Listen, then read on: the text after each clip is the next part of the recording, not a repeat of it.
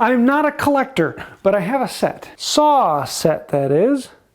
If you look really closely at these, you'll notice that every other tooth leans out away from the plate in every other direction.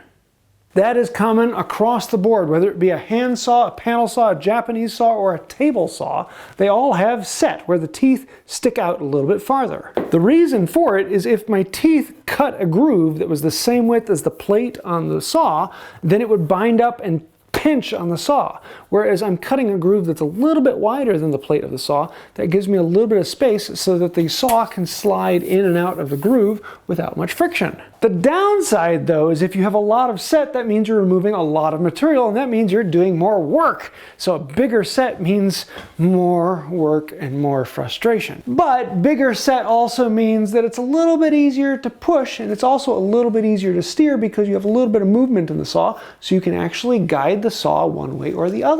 The general rule of thumb is the bigger the teeth, the bigger the set. If you have large teeth, you're going to want them sticking out a good ways. If you have small finishing teeth, you're just going to want a tiny bit of set on them. If you have a delicate dovetail saw, you want just the slightest hint, or in some cases, maybe not even any set. There is one type of saw that doesn't have any set. It's actually the flush cut saw, and this is a Japanese version of a flush cut saw. No, this is not a flush cut saw. It has set in the teeth. So if you have it flush on your work and cutting something off, these teeth will dig into the work and mar it up. Don't cut dowels off flat with a Ryobi. Use a flush cut saw. And yes, there are Western and Japanese styles of flush cut saws. The other time when you may want to change the amount of set you have is if you're a beginner, you may want to have more set. Yes, it means you're going to be doing more work, but also means you have a better chance to correct the saw. The larger the set and the kerf, the more you have the ability to turn the saw.